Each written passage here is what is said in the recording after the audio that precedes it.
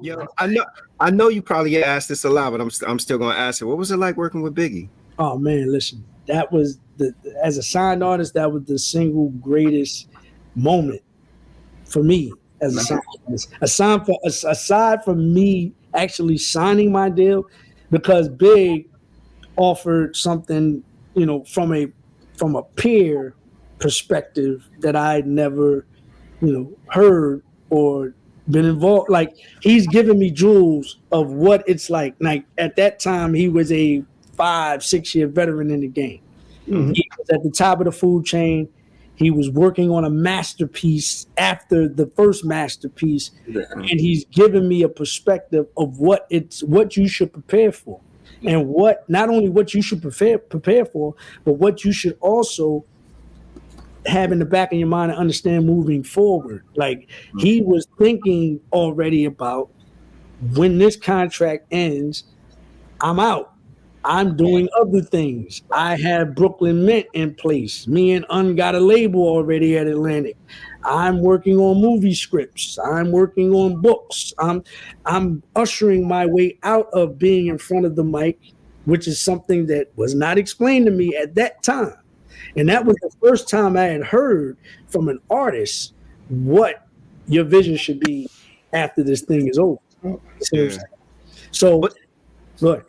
No, go ahead. I'm sorry. Cut you off. Go ahead. So it wasn't just the record. You know what I mean? It wasn't just like the record. I could get, and we could get into the record in a second, but I just felt like I needed to explain that part of it, because that's the part that I think a lot of people, everybody want to pit me and Big against each other, or say Big wash me on the record and all this other stuff.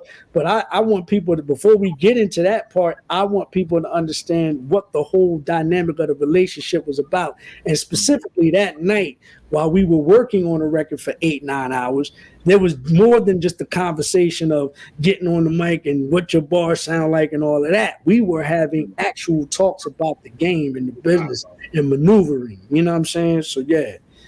Now I'm wondering, what I was going to ask you is, like, given where you were in your career at that time, how did you process that conversation then? Like, do you have a greater appreciation for that conversation now versus then?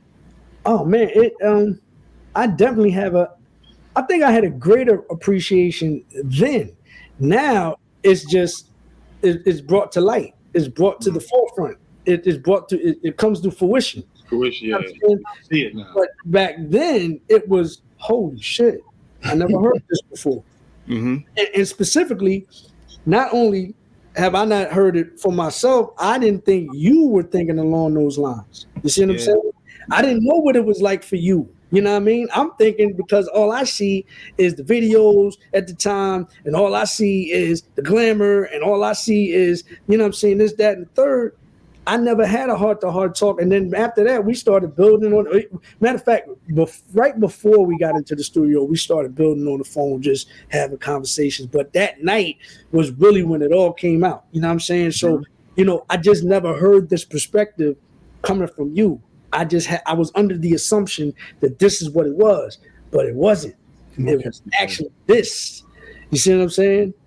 Like, I didn't know you was trying to, once your deal was done, that was it. Yeah. That tells me, though, that you guys developed a heck of a relationship, and the camaraderie was there. And he also saw in you that you were somebody receptive that he could share the information with. Yeah. And because I wasn't from the circle, I was a different cat. You know what I'm saying? Gotcha. I was a cat that, that was his man's man. Like, that was Mark. Mark was his man, and he ushered me in. Matter of fact, Big, you know what it was? Big was listening to my demos before I even got signed. He respected your spit. Yeah. You know what I'm saying? He was one of the determining factors as to why I got signed. Nice. So Mark was looking for confirmation, not only from that, but from Big too. So he had already, was just based off of the music. Big is an intelligent guy, man. So you can see the forest for the trees. You know what I'm saying? So you knew what type of cat I was. I wasn't the cat from Brooklyn. I was a different type of cat. So it was like, okay, I can have these kind of conversations. You know what I'm saying? Yeah. I've never heard nobody say though that you got washed in that song. I've never heard that. How do you say that? I never heard that either. Nori started that. Nori started that food. Nori started that. Nori started that food. Nori started that. Nori, you gotta relax, Nori. You know what's crazy about Yeah, that? I Bro? never Like, I like Nori, and I do too. I like Nori. yeah, I don't know if Nori qualifies as somebody who should be talking about people getting watched on records. No, I honestly think it was now that this was about 5 years ago, something like that. He had Jada on and Jada, shout out to him. Kiss was like, no, bro, like, cause he tried to make it funny. I think it was tongue in cheek. He's trying to tell his audience that's the reason why I disappeared, is cause Big murdered me on the record and they never saw. And Kiss was like, man, that dude's a lawyer and he still makes records. You know what I'm saying? So I don't do that. You know what I mean? Yeah. But shout out to Nori, but he started that, and so of course, when you tell the public something, I posted something on my IG one time, and I was like, basically the short of it is, if you tell a lie long enough, people start to Believe. You know what I'm saying? So that's what that was. The public got a hold of it, and they still carrying it to this day. And not to mention, I get it. Big is revered, man. Is one of the greatest of all time. And if you and a lot of times, if you're a fan of somebody, you're gonna stick with them to the end. And I don't care what nobody say. And There's no way Trey could have hung with Big. That's just impossible. It cannot happen. And so I just don't debate with that. Is that if that's what you feel, that's what you feel. Yeah.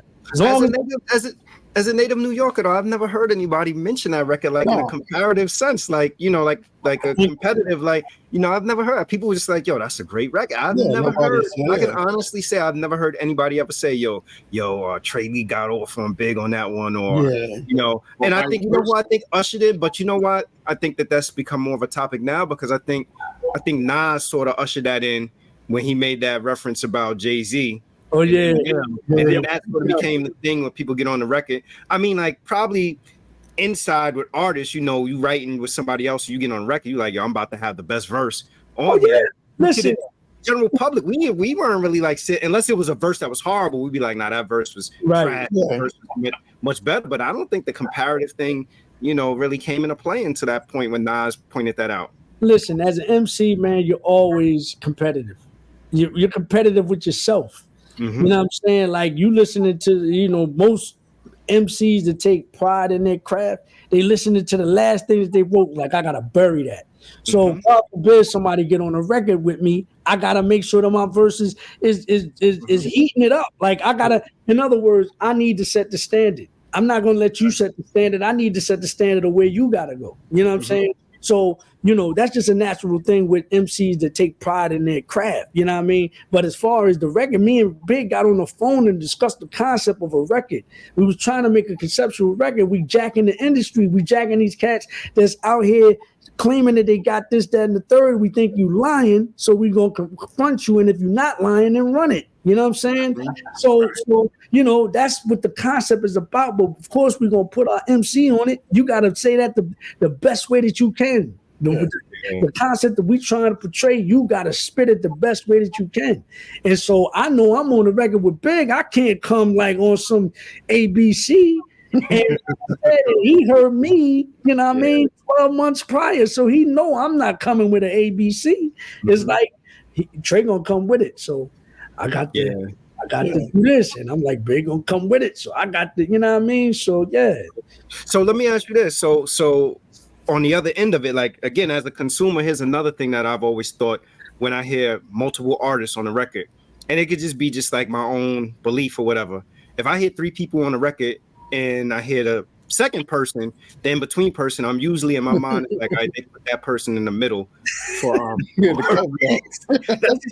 that's just somebody on deck. It's on deck. In the mid. Start off strong and finish crazy. But we were talking to somebody else, I forget which artist it was, and he was saying that he always wanted the first verse like on the mixtapes, because a lot of the mixtapes, like, people wouldn't let the whole song ride out on the radio when the DJ would be like, you ain't never getting to that verse. That's why we got records today that you be like, damn, this person had a verse on there. Word. We got past the first, the first verse to second verse. But I just always in my mind, always like, Is that something strategically that artists think about? Like, all right, we got 3 people on this. You know, Who go first? Who go Tracey last? gonna go first.